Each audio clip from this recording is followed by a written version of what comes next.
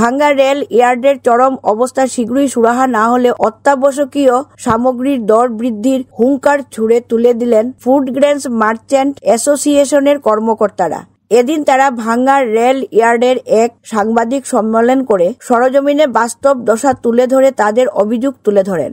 এতে বরাকের 3 জেলার মার্চেন্ট অ্যাসোসিয়েশনের কর্মকর্তারা উপস্থিত ছিলেন।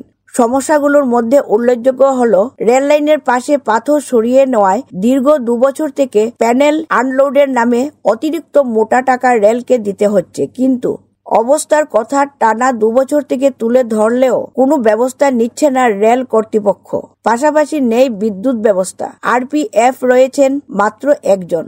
এতে রাতে গাড়িতে মাল লোড করার অসুবিধা সহ সুরক্ষা সুনিশ্চিত নয়, কেননা এই ইয়ার্ডে 24 ঘন্টা মাল আনলোড করতে হয়। এ নিয়ে বার কয়েক লিখিতভাবে রেল বিভাগ সহ সাংসদদের জানিয়ে কোনো সুরাহা হয়নি বলে সাফ জানান তারা। প্রতি মাসে 600 কোটি টাকার রেভিনিউ পেয়েও পর্যাপ্ত দিতে কেন অনীহা রেল বিভাগের প্রশ্ন তুলেন তারা। এ নিয়ে উভয় জেলার প্রশাসন হস্তক্ষেপ না করলে দর বৃদ্ধিতে বাধ্য হতে হবে জানান অ্যাসোসিয়েশনের কর্মকর্তারা। এদিন অ্যাসোসিয়েশনের পক্ষে উপস্থিত ছিলেন প্রাক্তন সভাপতি মূলচাঁদ বৈদ, প্রাক্তন সভাপতি প্রণব পাল চৌধুরী, সভাপতি অসিত দত্ত, সম্পাদক দীপক পাল, পবন কুমার জৈন, করিমগঞ্জের অসিত কুমার জৈন, লালার রূপন মোদক, অনুপম দেব সহ বিশিষ্ট ব্যবসায়ীরা। সকাল আজকে ম্যাক্সিমাম রেলে এখানে আমাদের শিলচরে এই বাংলায় যেটা আছে এরা রাত্রেই ওয়াগন প্লেস করে 12টা 11টা 2টার সময় ওয়াগন প্লেস করে, আমরা রাত্রে চালু হয়ে যায়। সকাল 7টার আগে তো আমাদের টাইম শেষ হয়ে যায়। ওরা আমাদের লেবার আসবে, স্টাফ আসবে, খালি করবে, এই কন্ডিশনে খালি করবে, খালি হবে না। এই কন্ডিশনে খালি করা সম্ভব নয়। এই কন্ডিশনে তবেও আমরা মানুষ কাজ করছে, লেবার কাজ করছে, তারাও সবে ড্রাইভার হ্যান্ডম্যান সবই তো কষ্ট করছে। আমরা কোটি কোটি টাকা এই বরাকবেলি থেকে আমরা বাংলা থেকে রেলওয়ে বোর্ডে কোটি কোটি টাকা বারফেজ আমরা দিয়ে দিচ্ছি, তার রেভিনিউ জেনারেট করতেছি রেন্ট দিয়ে, ভাড়া দিয়ে। তো আমাদেরকে একটা স্পেসিফিক কিছু তো সুবিধা চাই।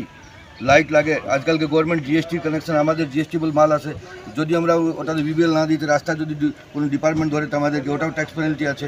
এখানে কাগজ দেওয়ার মতো সুবিধা নেই, বিল কাটিয়ে দেওয়ার মতো সুবিধা নেই। লোক থাকে বসে 5 মিনিট বসে যে খাওয়া খাবে বা জল খাবে তাই ব্যবস্থা নেই, ইউরিনালের ব্যবস্থা নেই। কোটি কোটি টাকার রেভিনিউ আর্ন করবেন আর কিছু সুবিধা দিবেন না।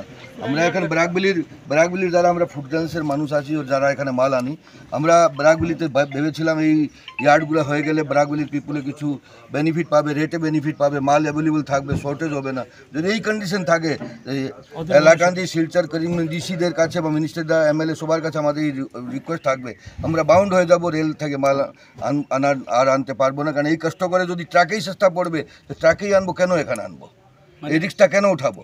এই রিক্স উঠাবাটা কোনো মানে নাই, পুরো ট্রাকে আনতে হবে। ট্রাকে আমাদের হালাত আছে, আমরা ভাবি এক লোকে মাল আসবে, অ্যাভেলেবল থাকবে।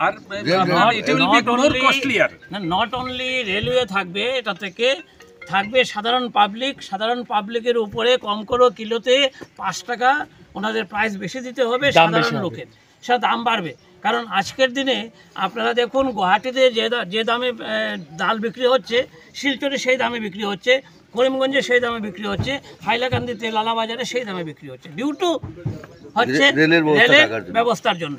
এটা যদি আমরা বঞ্চিত হয়ে যাই তো আমার বরাকবেলির পিপুলকে এই জেনারেল সাধারণ পাবলিক এই দামগুলো বেশি দিতে হবে। আমরা কিন্তু যে কষ্ট করে এখানে কাজ করছি, আমরা তো বিজনেসম্যান, আমরা বিজনেস করি নো ডাউট, কিন্তু এই কষ্টতে কাজ করে কতদিন যাবে এটা সম্ভব হবে না আমাদের পক্ষে। এইরকম আমরা মালিগাঁও আমরা মেমোরেন্ডাম দিয়েছি, মালিগাঁও দেখা করেছি, বদরপুর দেখা করেছি, গুয়াহাটি সিসিএমকে সেফটি ম্যান সবকে দিয়েছি, ইভেন কি সেন্ট্রাল মিনিস্টার রেলওয়ে মিনিস্টারকেও লেটার পাঠানো হয়েছে, কোনো রেসপন্স নেই। তারা বরাকবেলিকে নেগলেক্ট ভাবে, এটা তারা বরাকবেলিকে নেগলেক্ট ভাবছে। কিন্তু আমরা কয়েকদিন আগে আমাদের চেম্বারের মিটিং ছিল, তখন আমাদের মাননীয় এখন যে এমপি বনেছেন পরিমল শুক্লবৈদ্য সাহেব, ওনাকেও আমরা বলেছি, উনি বলছে ঠিক আছে এবার দিল্লি আপনারা আসলে দেখা করবে। আমরা যদি দিল্লি একটা কথা বলার জন্য দিল্লি যেতে হয়, এই রেলওয়ে বোর্ডে লেটার দেওয়ার কী মানে আছে? যদি কোনো রকম এরকম ব্যবস্থা কিছু সুবিধা না হয় বা রাস্তাঘাট ট্রাক লাগানোর সুবিধা না হয়, যদি এখানে এক ট্রাক খালি করতে আমাদের 5 ঘন্টা 6 ঘন্টা 10 ঘন্টা এক ওয়াগন লাগবে, আমাদের তো এই ড্যামেজ পাবলিকের উপরে আছে। আর আমরা কষ্ট করবো, এই কষ্ট করে রাত্রে 2টার সময় ওয়াগন আনলোড করতে হয়, কারণ 24 আওয়ার্স ইয়ার্ড আছে, যেটা বড় বড় সিটিতে নেই, প্যানেল ড্যামেজ আছে। এইগুলো আরেকটা জিনিস এড করতে চাই, আমাদের মনে হচ্ছে আজকে এটা আম জনসাধারণ জানা উচিত এবং প্রশাসন জানাছে, প্রত্যেক প্রশাসন ডিস্ট্রিক্ট অ্যাডমিনিস্ট্রেশনের কাছে একটা মিডিয়া সেল থাকে, কি খবর এলো, কি আজকে প্রিন্ট হলো, ওইটার ভিত্তিতে ওনারা করেন। ডিস্ট্রিক্ট যারা ডিসি মহোদয় যারা এখানে করিমগঞ্জ বা হাইলাকান্দি বা শিলচর আছেন, আমি আপনাদের মাধ্যমে ওদেরকে বলবো যে ওরাও ইনিশিয়েটিভ নিয়ে, আজকে এই কিছুদিন আগে ফ্লাড সিচুয়েশন মানে বন্যার একটা হয়েছে, সম্ভাবনা হয়েছিল, ইমিডিয়েটলি ওরা ইমার্জেন্সি মিটিং করেছেন সব জায়গাতে, প্রত্যেক ডিস্ট্রিক্ট করেছেন যে খাদ্যদ্রব্যের কিরম মানে মজুদ আছে। আজকে ওই মজুদ ভান্ডার ক্রিয়েট করার জন্য আমাদের এত পরিশ্রম করতে আপনাদেরকে ডাকা হয়েছে, কিন্তু ওইটা যে কন্টিনিউয়াস মেনটেন হবে তার জন্য ওদেরও তো একটা ইনিশিয়েটিভ নেওয়া উচিত। তো ডিস্ট্রিক্ট অ্যাডমিনিস্ট্রেশন তিনোটা ডিস্ট্রিক্টের আমি অনুরোধ করছি যে আপনারাও আপনাদের তরফ থেকে রেলওয়ে লিখেন যাতে এই ইয়ার্ডগুনা মানে প্লায়েবল হয়ে যায়।